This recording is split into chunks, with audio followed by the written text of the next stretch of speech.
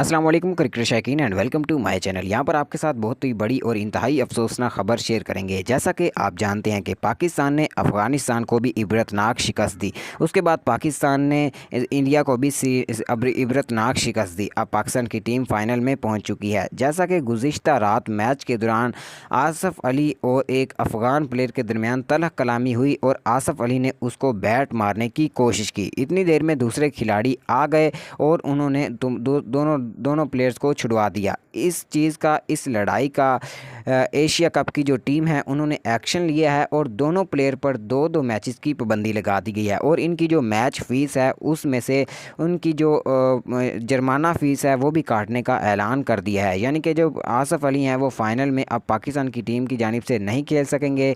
इनकी जगह हैदर अली को टीम में शामिल किया गया है। जैसा कि इन्होंने पॉलिसीज़ की खिलाफ वर्जी की है, इस वजह से इनको टीम से आउट कर दिया गया है और 2 मैच ना खेलने की इन पर पाबंदी लगा दी गई है।